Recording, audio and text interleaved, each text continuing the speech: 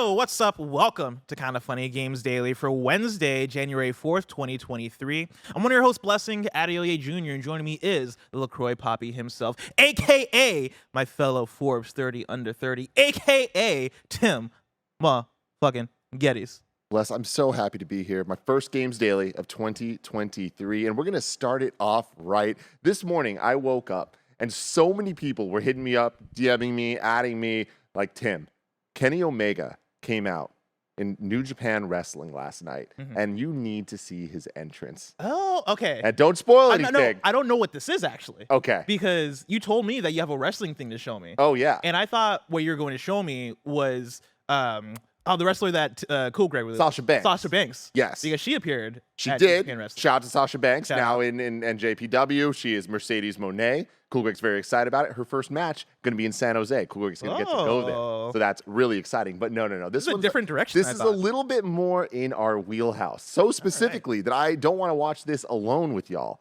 So Roger Picorni, please come out here. I want Andy Cortez too, but he's not here yet. So we'll have to show him later. Hi. How you doing, Roger? Nervous. I don't know what this is. I'm very excited. This is the dopest shit ever. If you guys aren't familiar with Kenny Omega, Kenny Omega is one of the dopest wrestlers of all time, and he's a very big video game fan. So without further ado, Kev, please hit play. I have no idea who this is, but like I'm all in. Like I'm all in. Is this Japanese wrestling? Yes. New Okay. Japan, And can you watch this in yeah. America? Well, not on TV, but Yeah, yes, you can get it. Okay. I think Yeah. I'm down. I think Yeah. I'm in. Yeah. I think I'm in. So thank you for that. Andy, you missed out. I feel like Andy Cortez would have popped the fuck Andy off. Cortez is still in bed right now. That man's just barely waking up. You know what I appreciate is the intersection between wrestling and gaming. That I don't know what brings these two audiences together, but I see it all the time. Where it's what now? Xavier Woods. I mean, Xavier Woods. No, is real the talk center of it though. all. Xavier and Kenny is the they're circle. good friends. And like it makes sense. totally makes sense. That makes sense. But I see it all the time of like I'll see screenshots of like wrestling promotions, but in the audience, people will be holding up signs that are like Chrono Trigger is one of the best games of all time, right? Like people holding up nerdy shit. Yeah. And like so many of the video game nerds I know in the industry are also very big wrestling nerds. Yeah. Case in point, Greg Miller. Absolutely. Right? Yeah. There's it all adds up when you think about it of like what we enjoy about both things. Like there is a lot of overlap there. So yeah, I'm very proud to be in the center of that Venn diagram myself. Tim, you helped out starting this episode with a great energy. Mr. Mitch George is going to do that same thing. Mr. Mitch George writes in to patreon.com/kindafunnygames. Actually, he doesn't. He writes in to kindafunny.com/KFGD, just like you can. It's 2 weeks of not hosting this show is throwing me off to where I'm like, oh man, I don't know how to do this thing anymore. Mr. Mitch George writes in and says, who would win in a fight between Miles Morales and Atreus? Miles Morales and Atreus. Who you got, Tim? Oh, I love that. This is a death battle we're all waiting to see. Oh, see, it's a good question because like immediately I think Miles Morales. I'm like, Atreus stands no chance. But then I think about it. Atreus isn't just a little boy. No. He looks like just a little boy. But he's so much more. He's a god. Yeah, he is. I think the answer has to be Atreus because of that. Although, I mean, he got that spider blood, and we haven't seen Miles Morales take a close to death beating yet in the comics or shows or movies or anything. In the way that we've seen Peter Parker get his like oh shit, this might be it, and in some cases die. What is the strength comparison between Peter Parker and Miles Morales? Is Miles as strong as Peter? We haven't seen like that, and I would say no, but he has the little poison stinger stuff, so he has things that Peter doesn't, so it can kind of allow for some advantages there. I feel like Miles would have the element of surprise over Peter, of like Peter not fully understanding the arsenal that Miles can deal with. But Miles going up against a literal god. Because here's the thing, right? You know, Atreus is strong. He's a god. He's not as strong as Kratos. And so there's that. When I'm thinking of the power scaling, I go back to Infinity War and saying what like Peter Parker. There are moments in Infinity War where Peter Parker is like, you know, matching up Thanos a little bit in strength. Not all the time, but like there are times where he's like, you know, pulling him back, like holding him down, doing things like that. And so like if Miles Morales has comparable strength. And now I'm like leaping and stretching, but like I feel like fantastic. Thanos to Kratos. I feel like there's probably some comparison there. if I may, I'd like to remind you, like in God of War 2, there's a lot of moments where Atreus goes to move a boulder that's like in the way, and he needs help every time, right? You know what I mean? So I feel like Miles could probably move it. That's a pretty damn good point. In an arm wrestle, yeah, I think I might go Miles. I think Miles might actually be technically stronger than Atreus. So there's that. But in terms of like who would win in a fight, now, okay, this is an important thing to clarify. Does winning in a fight mean you just win the fight, ding ding, or does winning the fight mean that motherfucker's dead? Because if it's a fight to the death, I think I go Atreus. If it's just a fight, I go Miles. Here's what I'll say, right? Because I don't view it as a fight to the death. Because there's plenty of fights that happen in real life that don't end up in death. So I'll just do a regular fight, right? And that being the case, I'm giving strength to Miles. I think I'm giving combat knowledge to Atreus. I feel like being trained by Kratos goes a long way. Yeah. Kratos himself is a soldier. Kratos himself has been doing this for years and years. I feel like that. I feel like Atreus has the leg up. He was raised in that shit. Yeah, but he wasn't raised in the same way that Kratos was trained. Like we know that, right? Like that's for I feel sure. like there's a lot of moments where Kratos is talking about like I would never put my son through that. Yeah, but he was still raised with Kratos being his dad, whereas Miles was raised with Jefferson Davis being his dad. And Jefferson Davis, like in comics, is very, very different than even Into the Spider-Verse. Like, he's not. It's just different. I mean, he's got Peter Parker to train him to. Like, who's going to be the better trainer? Although in the comics, he was like a S.H.I.E.L.D. member in his past. There's some weird shit. I don't know. I don't know. And here's the thing, right? From there, we hop into powers and abilities. On the Miles Morales side, we got, of course, Web. We got turning invisible. We got the Venom. Those are substantial abilities. On the Atreus, Atreus can turn into a bear, and that's the thing. Atreus can turn into a bear, which I think should be taken into account. Like, there's no way that Miles can't just kill a bear if he needed to. You know what I mean? You know what? You're probably right. I probably agree with that. So I think overall, I'm going Miles. I think Miles beat Atreus' ass. Miles, you take this one, Atreus. We'll find out next time if you can come back for round 2. There you go. Tim, enough about all that. Let's talk about today's stories, which include Last of Us news, PSVR 2 news, and more news, because this is Kinda Funny Games Daily. Each and every weekday at 10 a.m. live right here on youtube.com/kindafunnygames and twitch.tv/kindafunnygames. We run you through the nerdy news you need to know about. If you're watching live, you can correct us when we get stuff wrong by going to kindafunny.com/you'rewrong. If you don't want to watch live, you can watch later on youtube.com/kindafunnygames, or you can listen later on podcast services around the globe by searching for Kinda Funny Games Daily. Remember, you can use Epic Creator Code Kinda Funny on all Epic Store and Epic in-game purchases like Rocket League and Fortnite to help support the channel. To be a part of the show, head to kindafunny.com/KFGD to write in with your questions, squad ups, and more. And remember, patreon.com/kindafunny will get you the show ad-free plus a bevy of bonus content. Housekeeping for you. Game of the Year is happening this Monday. We're going live right here on YouTube and Twitch at 10 a.m. Pacific time with a live Gamescast counting down Kinda Funny's Game of the Year. You don't want to miss it. And speaking of Gamescast, a new Gamescast is up today, and it's the precursor to Game of the Year, our Best of 2022 awards. We award our personal picks for Best Moment, Best Story, Best Style, and more. That is up on youtube.com/kindafunnygames. Almost 2 hours. A banger episode. A lot of content in that one. It was a great conversation between all of us. And guess what, Tim? The Game of the Year festivities don't stop there, because the Blessing Show is back next week with a brand new episode wrapping up 2022 with my non-Game of the Year awards, the only award show with a category dedicated to Sonic the Hedgehog. That'll be up on Tuesday, the day after Kinda Funny's Game of the Year, on youtube.com/kindafunnygames at 9 a.m. Pacific time as a YouTube premiere. So stay tuned for that. And then speaking of big events, we're doing a Kinda Funny Day stream this Friday to kick off the year. That is happening on Twitch and YouTube right after KFGD on Friday. Tim, how hyped should we be for that one? I think it's going to be a very, very, very fun stream. Don't expect announcements. I've seen some people like talking about that. No announcements or anything. We're just hanging out, going to have a good time playing some games. What games we're playing? Got to talk to Kev later about some technical things. Oh. But we have something that people have wanted for a very, very, very long time. Oh. It harkens back to some of the earlier days of us streaming. Not the earlier days of Kinda Funny, but the earlier days of the streams of Kinda Funny. Back in the 2020 era I have no idea what you're talking about, but now I'm very excited. Are we finally playing through Metal Gear Solid 5? No. Oh, damn it. Not one of those. Not one of those. Oh man, I got excited. Yeah. Tim, you know what I was talking Let's about? go. I was talking about last night. I was streaming some FIFA, as I've been doing a lot lately for some reason, and Smash came up, and somebody was like, "Who at KF is the best at Smash?" And a lot of people in chat were saying Tim Geddes, and I was like, "I've not played enough Smash Exactly. at KF."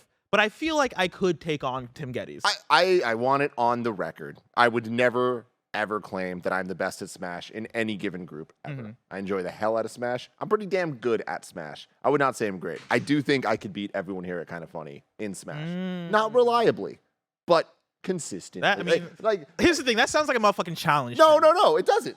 It sounds like a challenge to me. I have beat you before. And I beat you before. That's what I'm saying. And I that's feel what like I'm I might have saying. beat you more times though. I don't know about that. But even then, that I wouldn't Tim, be. can you take on Nick That when he's getting under your skin? That's the thing. Nick gets in my head. Nick beats me very, very, very often. So that's what I'm saying. I don't even think I'm the challenge here. Guys, Snowmike. Kevin busted in the fucking room Yeah, Kevin in the busted. most clean bad way. Like, holy I was like, shit, does Kevin have something to say? Does Kevin have like latent Smash abilities? Kevin, it's the Smash Brothers character now. You know, just like Kevin challenges. Here's the thing. I don't know if Snowmike Mike's listening to the show. Actually, he's not because he's off getting a haircut. Mike, if you go back and listen to the VOD of the show and you're hearing my voice right now, what I need you to do is put Smash Brothers on the fucking calendar for Friday. Because I want to throw down. Yeah. Because I don't like these words that are coming out of Tim Geddes' mouth. Because I will destroy Tim Geddes in some Smash Brothers. All right. Are you fucking kidding me? All right. If you're watching this right now, if you're in chat, I need you to tweet at Snowbike Mike. Tell him Smash is on for Friday. Well, Don't I'm give telling more you, I'm already context. backing out of this challenge. This is what I'm talking about. The cowardice of Tim Geddes. I got other plans on Friday. What are you doing on Friday? I don't know. We literally just told the world that we have a stream happening. The Kind of Funny Day stream. You're telling me you're gone on Friday? I might be part of the whole first part of the stream. Not Smash. We'll have to figure this out, you know? But maybe I can make it. I don't know. We're gonna find out. We're gonna see. And then lastly, for housekeeping, for those on Patreon, you can celebrate all of the 2023 holidays with Kind of Funny with our year at a glance calendar featuring art from the one and only at Visenia_designs. It's so good. Nick is so good. Nick is disturbing me. This is maybe the most I've ever felt uncomfortable with something Nick related. Really? Look at this. Yeah. This is just another Wednesday to me. If you're an audio listener, I implore you to come over to the video version, see what Kevin has on screen right now. It is the visual of the art, and the art is fantastic. Shout out to Visenia Designs for going off on this one. This is wild. Me working on something. It looks like maybe a stream deck as I'm being thrown at someone. I think I'm being thrown at you, Bless. Bye, Greg. Fighting Fighting for a Halloween. Yeah, of course, it has me at the front as the prime king of Halloween, with Greg in the background as like the low-key king of Halloween. Even though we've retired those titles, now that title I believe belongs to Janet Garcia. I think that's who we gave it to. And so congratulations, Janet, on that title. But yeah, go check that out, patreon.com, if you want to get access to that art.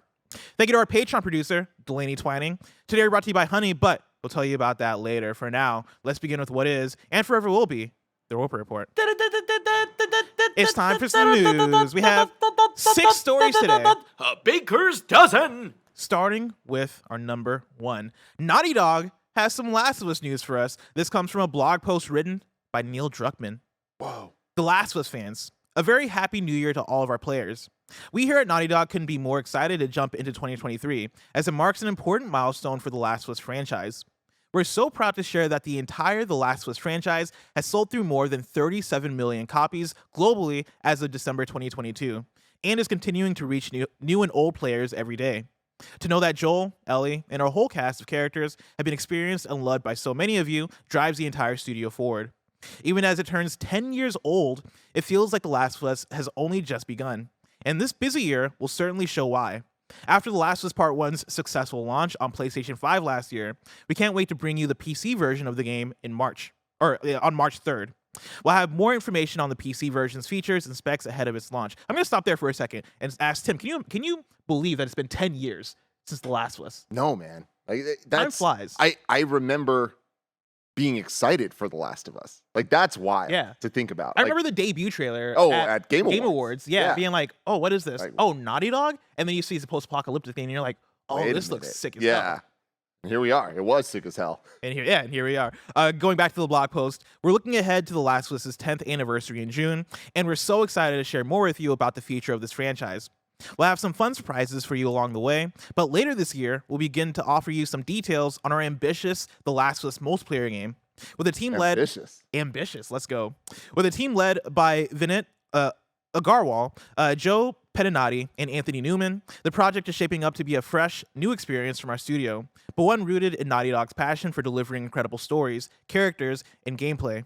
We first shared concept art of the project with you last year, and we hope this new piece of concept art below further excites you for what our team is working on. Kevin, if you're able to scroll down, I want to show off the concept art to Tim and the audience, because this kind of harkens back to Summer Games Fest, where we got the first clip of them like running around. They're like staying on a building. You saw the top-down look of San Francisco. The new concept art, you see like an abandoned. Is that a yacht? It looks like a yacht, a cruise ship in the background. That is not a yacht. Sorry, I get mixed up. But you got a cruise ship in the background that's all dilapidated and shit. It looks cool. Tim, you fucking with this cruise ship? You motherfucker. You here confusing a yacht for a cruise ship for a yacht. And then you look at this, you're like, water. yeah, you're like, oh man, there's that dope ass San Francisco, see this, blah, blah, blah. It's cool. It's cool. You know, this is the last one. It looks like the last one. Where's this energy coming from? I don't know, man. It's I would expect you to be like, fuck yeah. But like, I get it is just concept art, but like, just it's cool. It's cool. I think the thing is that like back in June we got the first concept art. And it's like, oh, let's go. All right, like now I'm like, all right, it's a second picture. It's more of what to expect from the Last of Us factions, and it's a cruise ship this time. Yeah, cool. I imagine that there's gonna be some death matches on that cruise ship. I don't know. I need to know what the game is. All right, Neil. And then to finish out the article, and of course, The Last of Us's TV adaptation will be premiering on HBO and HBO Max in just a few days, January 15th. Knowing that the television series will be a thrilling moment for old and new fans alike, and of course for all of us here at Naughty Dog, we thought this was an excellent time to reflect on the incredible work of our developers at Naughty Dog, or that our incredible developers at Naughty Dog have accomplished.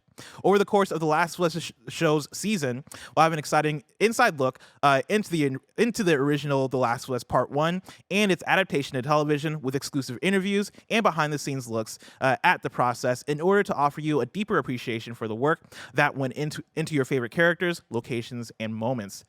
Hell yeah. Dude, I love it. Can't wait. Can't believe we're this close to the show, and by all accounts, it's going to be amazing. Like 11 days away. 11 days. Like, we got the runtime of episode 1, and it's a movie, y'all. Like, I forgot exactly. It's like something like an hour and 30 minutes or hour 20 minutes or something. Like, it's like legit crazy. And imagine what that episode's going to entail. I mean, yeah, we already They're know. about to bring the heat. It's about to be incredible. I'm super excited for that. So proud of Neil and the boys over there for making it all happen. And all this stuff is cool. I like that they're talking about factions. They're gearing up, giving us more info on when we're going to hear about it. Obviously, getting just random concept art isn't the most exciting thing, but they're packaging it because they're promoting the show. This all makes sense. Dropping the numbers for the success of the franchise overall, hyping up the fact that the PC version's coming out soon. Yo, there's a lot of Last of Us. And like, I feel like that's not something that we would have expected 5 years ago, even. Like, there was the question of, will there be a part 2? You know, it kind of felt like Last of Us could have been a one-and-done project that just was what it was. And personally, I'm really happy that it turned into where we're at now. Yeah, I mean, reading through this blog post, this feels like the full realization of what PlayStation has been building to in terms of finding their biggest IP and figuring out how to create all sorts of content around it, right? Last of Us Part 2 came out years ago at this point, right? It came out in 2020. We're in 2023, and I'm looking down at the year, and I'm like, there's so much Last of Us, right? You got The Last of Us Part 1 coming to PC. You got The Last of Us TV show. You got info on factions coming out soon. And like, will factions come out in 2023? I think there's a chance that could happen. And if so, like, that might mark maybe one of the biggest years for The Last of Us, right? And you're not getting a mainline Last of Us game. That's really impressive, and also just really exciting for the franchise, but also exciting for where PlayStation is going. You know, you look at Horizon. We got the Horizon DLC, Burning Shores, coming out. We also got the Horizon VR game coming out next month. TV show. We got the Horizon TV show announced, right? And that's going to come out soon. And so, yeah, like, this feels like what PlayStation has been building to a lot, especially this generation, as they've been talking about things like TV, like multiplayer, like VR games, right? Expanding that IP. For you, I'll ask the question of, do you think this might be the biggest year for The Last of Us? Oh, yeah. I don't even think that that's a question. So here we are, 37 million copies sold of the Last of Us franchise, and they're telling us that as of December 2022. We know that PlayStation only drops numbers when they're very fucking impressive, right? Yeah. And they come out there, they're able to use that number to promote the next thing to kind of build the story of the PlayStation brand and ethos. I bet you that we get another update next year on these numbers. And it's rare that you get these type of franchise updates year after year. But because Last of Us is about to have the year it's going to, we're going to get an update. And that update is going to be insane. Because not only is it going to include the PC numbers of Last of Us Part 1 remake, whatever it is, which we've already kind of got an idea that could add millions, right? We've seen it with God of War, with Horizon, with Spider-Man coming to PC. I don't know if we've gotten actual data for all of those, but for what we have, we know they've done very, very well. They're in the top charts on Steam and all that stuff. So that's going to add a bunch of millions. Then the HBO show is going to get so much new interest, like we've seen now with Cyberpunk, like we've seen with Witcher. We are such broken records because it's just happening. Like there's this is the new thing now. It's the new thing, and it's building. You know, guess like you what? look at Super Mario movie. Come and on, how well man. is that going to do for the Mario franchise? And like that is a weirder one because everyone knows Mario. Like I don't want to get too into this, but over the break there was so much discourse about the interviews and the promotion that Craig Mazin and all them were talking about. And like, yeah, taken out of context, even in context, some of the things as gamers, we roll our eyes and you're like, you're really acting like The Last of Us is like the first video game that wasn't Pong. But the reality is, to the HBO audience, that's the truth. Andy Cortez told a story on the KF podcast that this week or 2 weeks ago for a break, he went home and showed his sister-in-law, his mom, his dad, the opening of Last of Us Part 1. And then the opening of God of War Ragnarok. I just played it in front of them. And their minds were blown because they didn't know that's what video games are. That is the more common person out there than people like us, or even people a tenth of us with their understanding of video games. Last of Us being a premier flagship HBO series coming out is going to change the narrative and understanding of video games. Yeah. And like, it's so fascinating to see that. I think we're already at the place of the reaction to that, where I swear to God, on this show, every couple of weeks, there's a news story from the Hollywood Reporter of a new video game adaptation being announced, right? Like last year, we talked about Toe Jam and Earl getting an adaptation. Yep. It was a Gran Turismo movie happening. Most importantly, Twisted Metal. Twisted Metal, baby. Coming to Peacock. Let's go. Like, that is happening more and more and more and more. And I think that is the reaction of seeing so much success with adaptations. Of course, comic book adaptations with things like the MCU, but now even video game adaptations with things like Pokemon, right? Things like Sonic the Hedgehog, and that's happening more and more. And I think there's a very good chance that The Last of Us is maybe the premier version of that, maybe the best version of that we get so far. And like, of course, the comments made by Craig Mazin or whatever, I'd like for me, I'm like, dude, you don't. In terms of the reaction to that, you don't really have to be. You don't have to be press trained on how to talk about video games in order to make a good TV show, right? Like, of course, it'd be nice if he had a better understanding of what adaptations have been over the last few years or over the last decade, right? But I don't think for me that changes the fact that The Last of Us TV show is very exciting. And to your point, yeah, The Last of Us TV show is going to expose so many more people to The Last of Us as a franchise, and maybe get a lot of people into video games, because I think that's how that has been working with a lot of these bigger adaptations. And so let's go. I'm very excited about it, and I'm very excited for Factions. Yeah. You know, and the way that you're talking about numbers and what is The Last of Us TV show going to do for people showing up to buy The Last of Us Part 1 and The Last of Us Part 2, with Factions coming out as an ambitious multiplayer game that Naughty Dog is talking about in terms of, yeah, we're infusing Naughty Dog story and narrative and all this stuff, right? I'm so curious and so excited to see what that looks like. And if they nail that to the fullest extent of Naughty Dog's ability, think about how the TV show is going to play into that. Yeah. Oh man, I can be in this world with my friends and hang out and probably get content updates and do all these things. Again, that's a lot of work, and who knows if it's going to work? Who knows if it's going to be all the way quality that it needs to be? But there's a good chance that it can be, and if it is, oh my God, that's going to do numbers for PlayStation. I mean, dude, like, last thing I want to say on this, it's a silly thing, but the fact that he said it's ambitious, I'm like, ooh, okay. That's saying something. That's Neil Druckmann talking about a Naughty Dog multiplayer game. This is not just a side little project or whatever. It's an ambitious Naughty Dog game. What's it going to look like? I can't wait. I can't wait. Speaking of ambitious Naughty Dog games, story number 2, Neil speaks on Last of Us Part 3. This is Tom Ivan at Video Games Chronicle. Naughty Dog co-president Neil Druckmann has seemingly hinted at plans for a third entry in his Last of Us series. While not confirming if The Last of Us Part 3 is coming out or not, series director and co-writer Druckmann told The Hollywood Reporter, quote, "I think there's more story to tell," end quote. Druckmann said in April 2021 that a story outline had been written for a potential third game in a series, but that it wasn't currently being developed.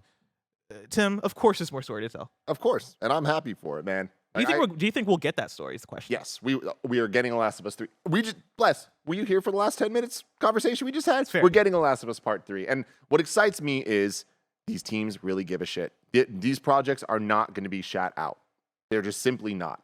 And I think factions will be the biggest test of that. But again, the fact that they're trying to make it ambitious. They know what they have. They know what they can't fuck up here. It needs to be good. Last of Us 3, I think, is going to be a slam dunk, and I think we're going to get it, and I think it's going to be just as good as the first two. Yeah, I think it comes down to the way in which Neil and the Naughty Dog team talk about The Last of Us versus other franchises, where Uncharted, there's a sense of finality with Uncharted, right? Uncharted 4 literally being called a Thieves' End, I think kind of puts a stamp on, hey, we are, as Naughty Dog, this is our final version of this, right? Of course, they get Lost Legacy too, but in terms of Nathan Drake's story, there's a finality to it, where if we get another Uncharted, I would kind of expect it to be done by another studio. Last of Us feels so much like it's still active, like it's still in action, right? We talk about, again, the multiplayer game and all this stuff happening. I think Last of Us Part 3 is a slam dunk. For me, it's not a question of if, but a question of when.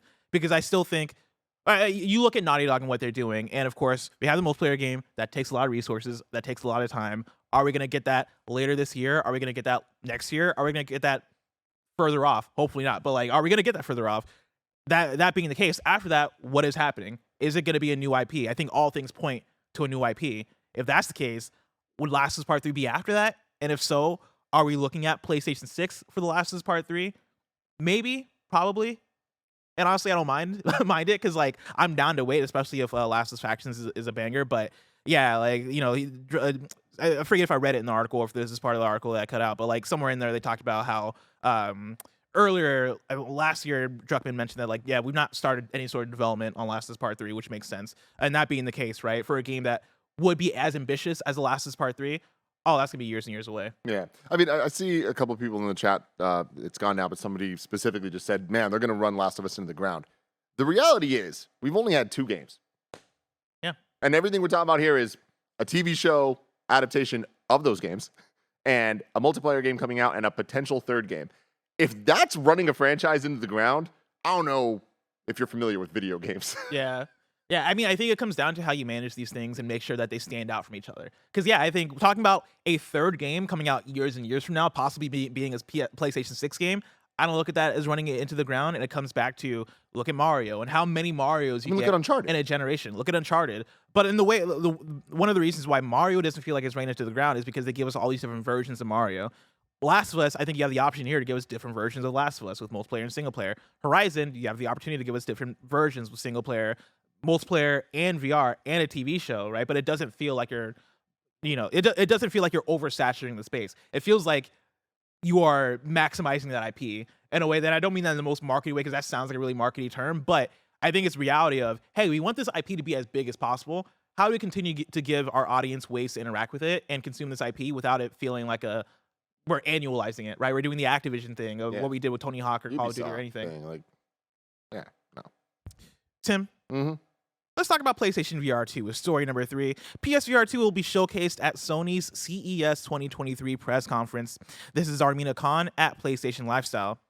A PSVR 2 showcase has been scheduled for later today during Sony's Consumer Electronics Show 2023 press conference.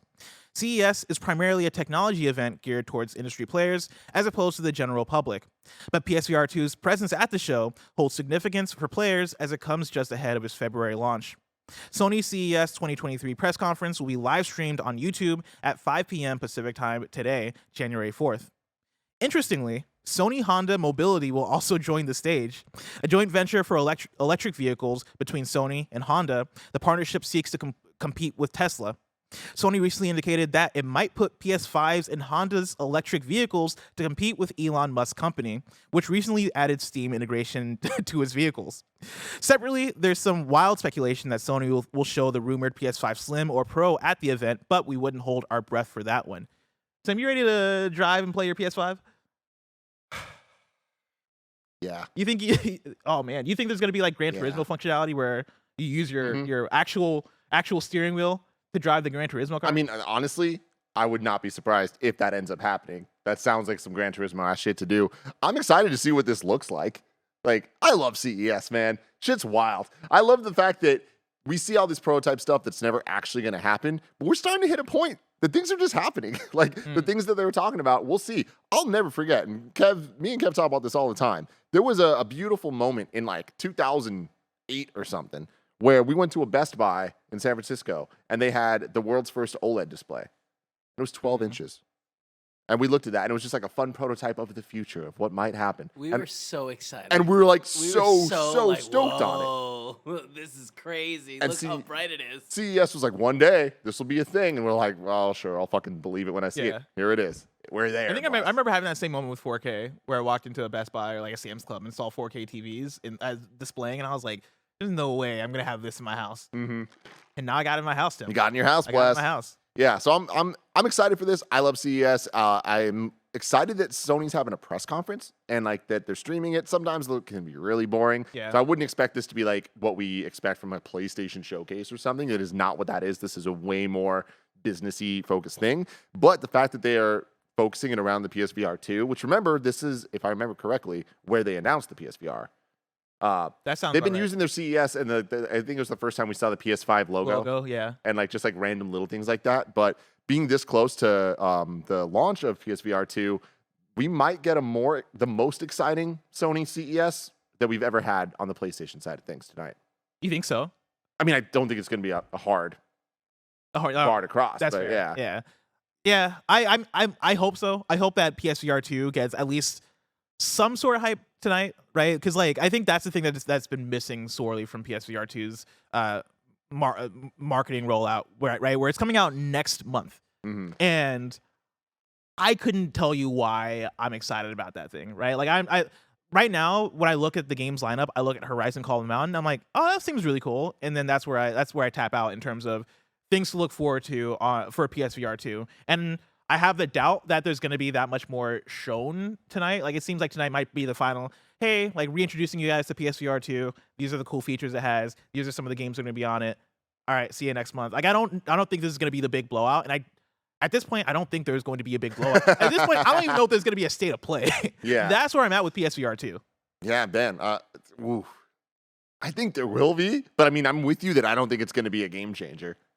Like, I don't know. Yeah. I want to love VR.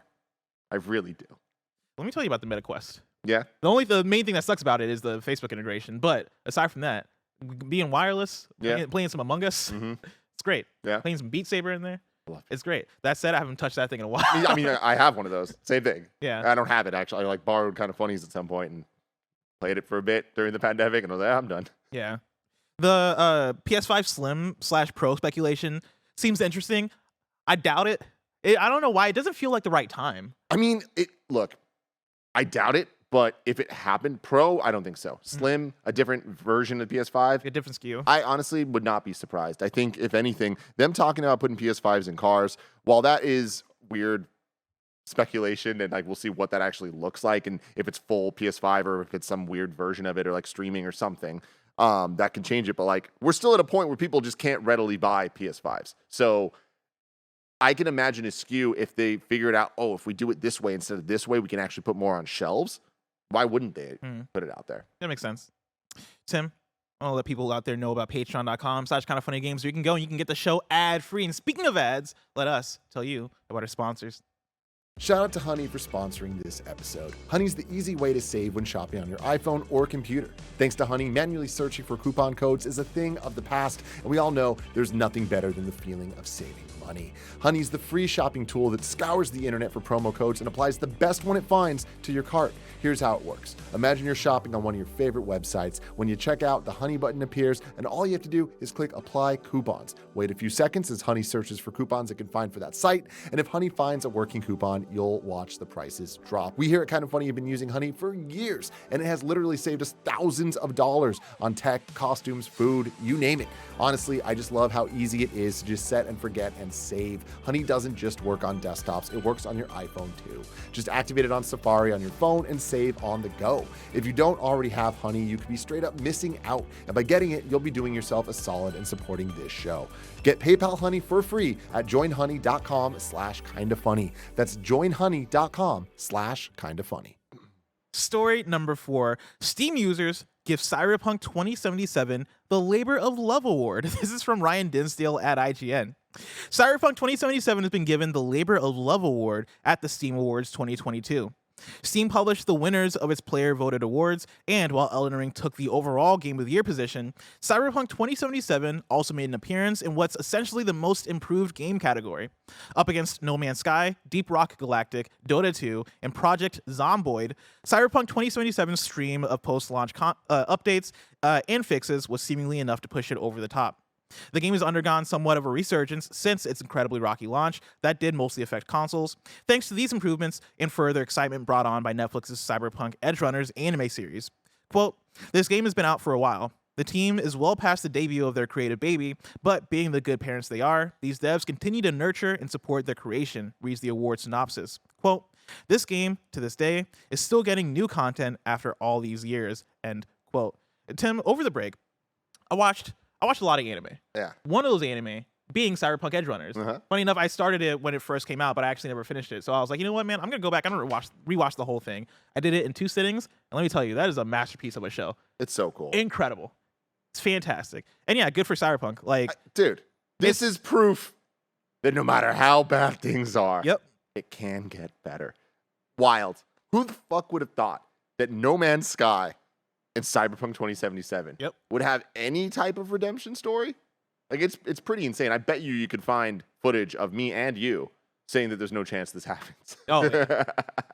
But here we are. And it's not going to win over everybody, but getting a Labor of Love award, I just think that's an even cool thing that exists. Oh, for sure. Shout out from to you. from the audience. From too. the audience. I think that's the thing that's more impressive. Like, if it was from Steam, cool, whatever. Yeah. But like, it being no. audience voted and people being like, no, man, like we're playing this game and we're loving it, and we love it so much that we're going to give it an award for updates and content, and like being a game that is living and thriving years past its launch, a launch that was chaotic and terrible, right? Like, good on them, good for them, and also good for the future of both CD Projekt and for the future of Cyberpunk. Because on CD Projekt side, late last year, they announced all these plans they have for The Witcher, for Cyberpunk, for collaborations they have with different companies to make even more games, a Witcher remake, all these things.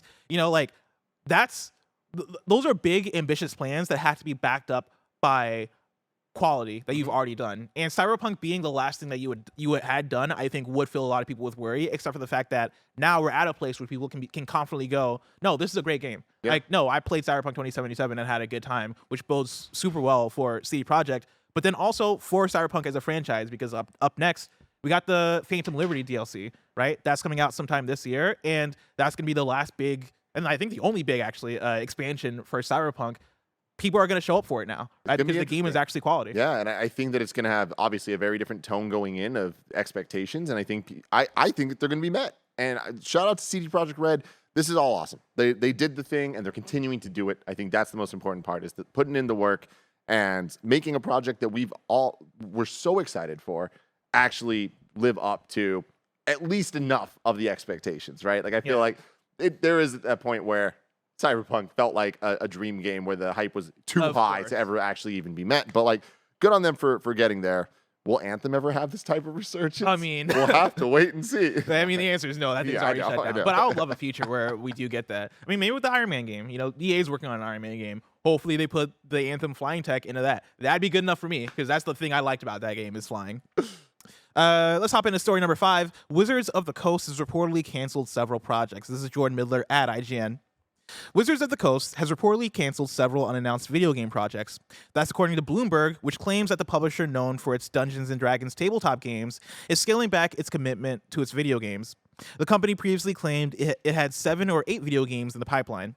Wizards of the Coast is still committed to using digital games, a spokesman told Bloomberg in a statement, adding that the company has, quote, made some changes to our long-term portfolio to focus on games which are strategically aligned with developing our existing brands and those which show promise in expanding or engaging our audience in new ways, end quote. According to Bloomberg, Other Side Entertainment and Hidden Path Entertainment were both working on video game projects for Wizards of the Coast. However, it's unclear if either of those developers' games were affected by this cancellation. Other Side Entertainment, the current home for Deus Ex creator Warren Spector, was reportedly working on an immersive sim. However, not much is known about the project. Hidden Path was working on a large-scale open-world game set in the Dungeons & Dragons universe, it is claimed. Wizards of the Coast's next big video game release is It says Baldur's Gate, but I think they mean Baldur's Gate 3. Baldur's Gate is an entirely different game. A fantasy role-playing game set in the Dungeons & Dragons universe. It's currently in early access with a full release date planned for August 2023.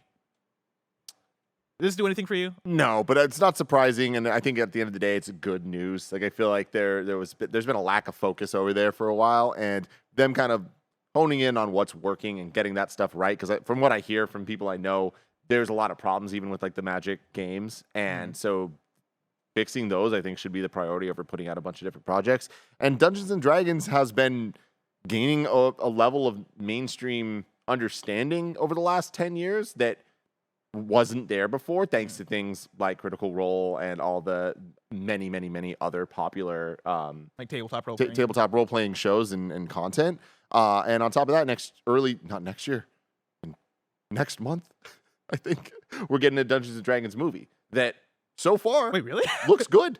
Yeah. Next month? Oh yeah. Oh, man. Maybe 2 months, but it's February or March. But I think it's March 3rd, maybe. But whatever. Do you see the trailer for that? No, I'm not seeing the trailer. It doesn't. It looks fun. This looks fine. It looks fun. Fun? Honestly. Okay. Yeah. Like it. I don't give a shit about Dungeons and Dragons. Watching this trailer, I was like, "There's not a chance this is going to be entertaining." I was like, "This is entertaining." Wow. So we'll see.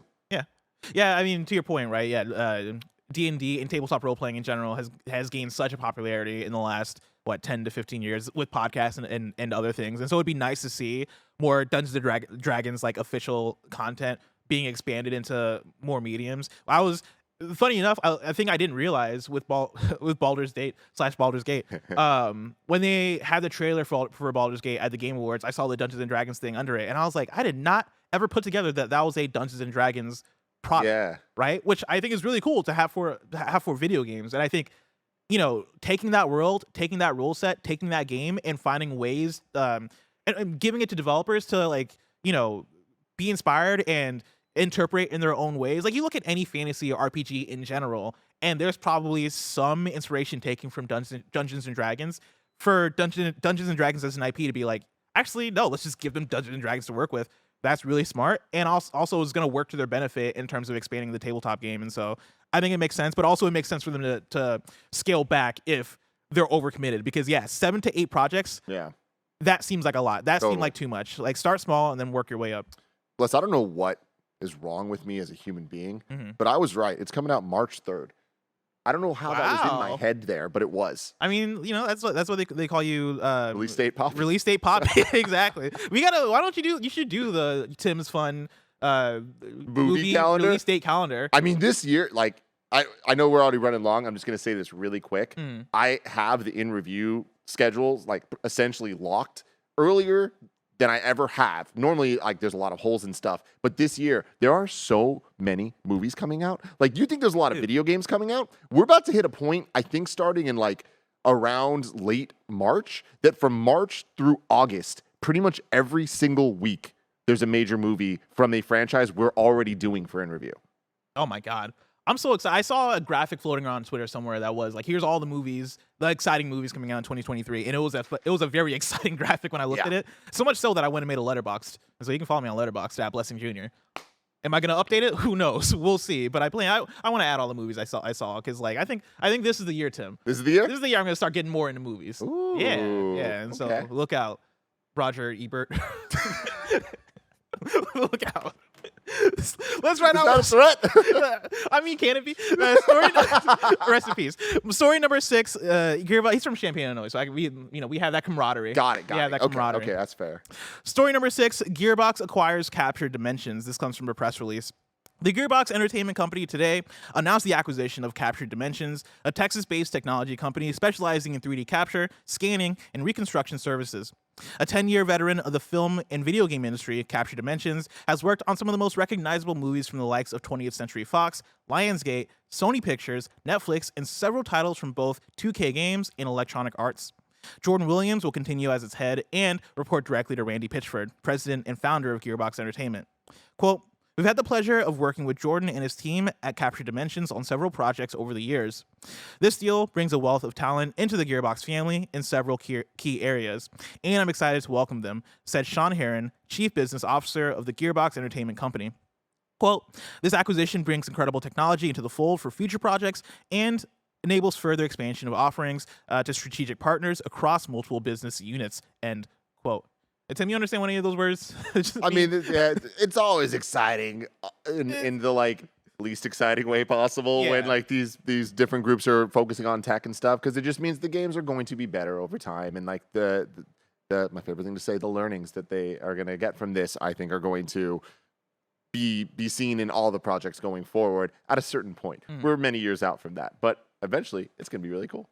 Spice Runner 90 in chat says, "Where's that Borderlands trailer though?" Where is that Borderlands trailer? I forgot that movie was happening. You know what's fucking... Kevin Hart's in that movie. Kevin Hart is in that movie.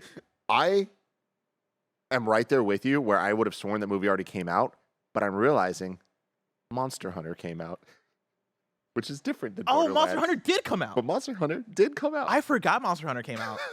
And people hated it, right? Yeah. Wasn't there like some insensitive stuff going on? Was that the thing? Oh, yes. It was like a whole... Anything bad that could happen for a video game movie, yeah. That was Monster Hunter.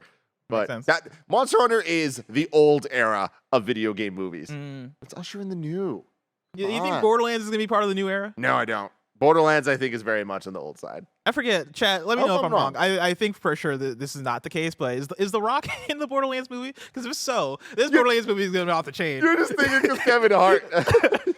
If Borderlands is one of those Kevin Hart, The Rock collaboration movies, oh, it's going to be movie of the year, baby. Let's go. That in my Twisted Metal. Oh, so fun. Featuring Falcon, or Captain America, I should say. Let's go. Tim? Yes. I'm so excited for the first trailer of the Borderlands movie to finally release, but that day seems so far away. If I want to know what's coming out to mom and grab shops today, where would I look? The official list of upcoming software across each and every platform as listed by the Kinda Funny Games Daily Show hosts each and every weekday. Yeah. Somebody in chat said Rock is not in it, but Janina is, which is very exciting, actually. It is exciting. You know what? I'm gonna keep my hopes up. Number one Borderlands movie fan, blessing at AOA Jr. Roger Ebert, watch your back. Roger Ebert, you watch out, Roger. If your name's Roger Ebert, Roger McCorney, I don't care. I'm coming after you. Out today, we got nothing. There's nothing out today. It's the first week of January. It's a Wednesday. There's nothing coming out. But we do have some new dates for you. The Excavation of Hobbs Barrow is coming to Nintendo Switch on January 25th. And then Apex Legends Spellbound Collection event is happening from January 10th to January 24th. Deal of the day for you, there's a Yakuza sale on the United States PSN. Yakuza 0 is $4. Yakuza Remaster Collection is $13.99. Yakuza 6 is $3.99. Like a Dragon is $17.99. And also those games are all on PS Plus /Premium/Game Pass. And so if you have those services, you can play it right now without an extra dime. Tim, now it's time for Reader Mail. You can write in to kindafunny.com/KFG to get your questions read on the show. And we got quite a few questions for you. Let's start off with Christian Buckley, a.k.a. Chun2D2. But I'm just going to call Christian Buckley. Christian writes in and says, "Hey, gang. Between Final Fantasy VII Rebirth and Final Fantasy XVI, which are you more excited for and why? I love 7 Remake and how weird they got. I just have absurdly high expectations for following through and committing to that boldness. Right now, 16 is doing everything right for me, though, and definitely has more of my interest. Where do you both land on this? Keep crushing it. Holidays are almost here. I guess this was written in before the holidays. Christian, Buckley. What's your answer? Final Fantasy VII Rebirth. I think that's kind of the easy answer, just because Final Fantasy VII is more of a known quantity, and coming off of Final Fantasy VII Remake, I'm antsy for more, right? I just want more of that world. Also coming off of Crisis Core, like I'm in a state of hype right now for Final Fantasy VII Rebirth. I want to hang out with Sephiroth, right? Like I want to see how they go about possibly going the open world direction if they do go an open world direction with it. Like there's so many questions to be answered with that game, both narratively and gameplay wise, that I can't wait for it. Final Fantasy 16 though, I'm also excited for. So, Yeah. but 7 Rebirth for me is just way above it in terms of excitement. What about you? I mean, yeah, come on. Final Fantasy 7 Rebirth is like such a slam dunk answer for everything you just said. But also at the end of the day, I know this isn't a popular thing to say, but it is a fact about myself. I like franchises. I like investing in things and then getting more of those things. So being invested in the Final Fantasy 7 ethos and everything for as long as I have been, and for how damn good Remake was, oh man, I can't wait to see where they're going with this. The trailer for Rebirth looks absolutely incredible. They're like throwing things out there that I'm like, what are you doing? I can't wait to get the answer to that. I'm excited for 16, but at the end of the day, for as many amazing trailers as 16's had, that I'm like, holy shit, they're doing some really, really cool things and they're focusing on stuff that I really love from Final Fantasy. I've never loved the fantasy side. I've never loved that medieval look of things. Like I'm way more into the future style. And 16 is doing that. Like what the main character's name's like Clive or some shit. Like that is the type of thing to me. I'm like, I struggle to get excited for that. But the thing that keeps me going is that the soundtrack sounds like a banger after banger so far, which matters a lot to me. Yep. It looks hype as hell, which matters a lot to me. It seems really based on the summons, which I think are one of the cooler parts of Final Fantasy lore. And I love the like battle system that they have between the summons going on. That seems super cool. Icons. The icons, which come the fuck Yeah. on. What a tight ass name for that.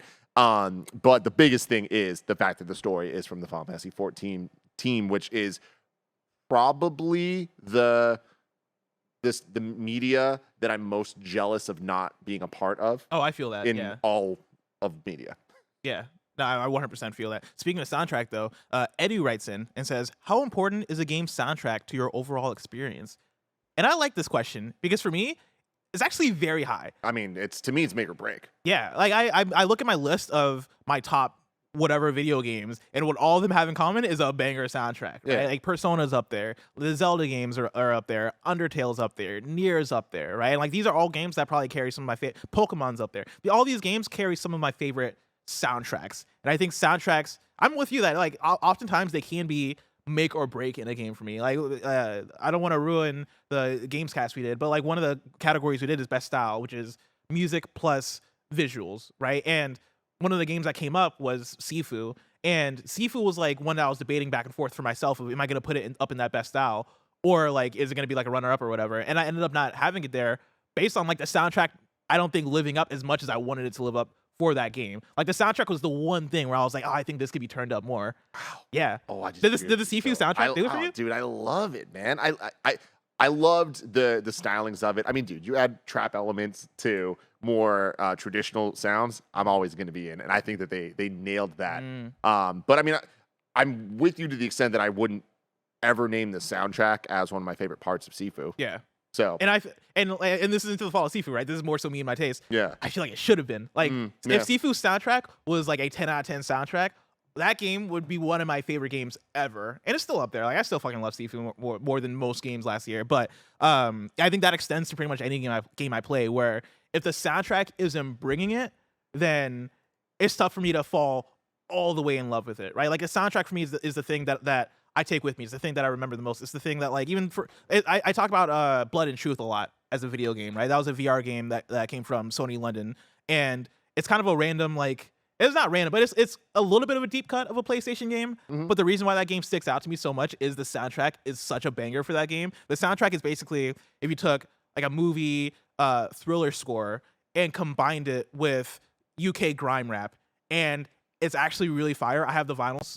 There's like 2 vinyls that they have for that game. I have both of them, and I love going back and listening to that soundtrack all the time. Like soundtracks, I think for me, soundtracks can make a game way more memorable than even just the gameplay and narrative. Yeah, I mean, it's not a surprise to anybody that's been listening to me talk ever, honestly. I love music. I love soundtracks. I love the way that music can kind of forever tie emotional feelings and moments to your memory, that you hear a song and it takes you back to whatever that experience was, whether it's watching a movie, a TV show, playing a game, all those things. And I love video game soundtracks, and they enhance the experience so much for me, where I look at things like Mandalorian Season 2's final episode when the return happens, and it's one of my favorite moments ever. and a song played, and I remember the first time it played, I was like, oh man, I wish they used one of like the classic Star Wars songs. I wish that it was like more identifiable, more of like whatever. Now looking back on it, I'm so happy they didn't, because now there's a new song that will forever mean so much to me when I hear it, and it is also incredible and amazing. And last thing I'll say about this is you talking about the soundtrack, if it was better, like will it make or break and all this stuff. Like Death Note, the anime, incredible. The soundtrack adds so much to the emotion and vibe and intensity of that show, and what makes it special, that if you take that out, the premise is goofy and it can be really bad. And I'm willing to bet that if you take the Death Note anime soundtrack and replace the shitty soundtrack that the bad Netflix movie had, it would be points better out of 10. It still wouldn't be great, but I think that it would be so much better just with the music. Kevin, we're hearing like an echo. Just so you know. Sorry about that. No problem. 2 seconds. There we go. Real quick question. Could you name your top 3 video game soundtracks off the top of your head? No. Like that's way too hard. Like I made like a playlist of my favorite video game soundtracks last year, and it's like a list of like 30 games on here. But I'm looking through them and I'm like, God damn, video game music compared to other types of media might be my favorite form of, like, aside from like just straight up music, but it might be my favorite form of like music, right? Compared to, let's say, movies and TV, just in terms of, I look through my list and it's like Undertale, Nier, Persona 5 Royal, Zelda Breath of the Wild, Celeste, Donkey Kong Country 2, and like Shadow of the Colossus. Like all these things sound dynamically different, right? Like you got like 16-bit music in there, you got like orchestral stuff, you got pop music, and like video games capture music so differently, but also I think a lot better in some ways, or at least like a lot more distinctly than other mediums, in a way where I'm like, shout out to video game music. Like, yeah, fucking what I think is a big part of that is, I think beauty comes from restrictions and rules sometimes, where it's the constraints of, you don't have the fanciest camera to go shoot something, so that creates like, oh, you just need to be creative. Yeah. Your creativity needs to speak for itself over the production value or whatever the hell it is. When you have no creativity, you just need production value. Kind of funny. But when it comes to video game music, because they often, and now they're getting more and more people that can do this, when you can't have full orchestras, when you are limited by the chipset of the NES, you need to work around the fact that you can only have 3 sounds going at any one time. Yeah. Other music doesn't have that type of restriction, and I think that creates very beautiful things that are unique and so varied, like you're saying, where they can sound completely different even if they're using the exact same rule set. Tim, I got one more question for you from kindafunny.com/KFGD. Shiv Nanda writes in and says, what's the 2022 game/game opinion you're willing to die on the hill for? Mine is that Overwatch 2 is a banger of a free-to-play game, and Horizon 1 is better than Horizon 2 in lore and storytelling. What is your 2022 game opinion that you're willing to die on a hill on? Or die on a hill for?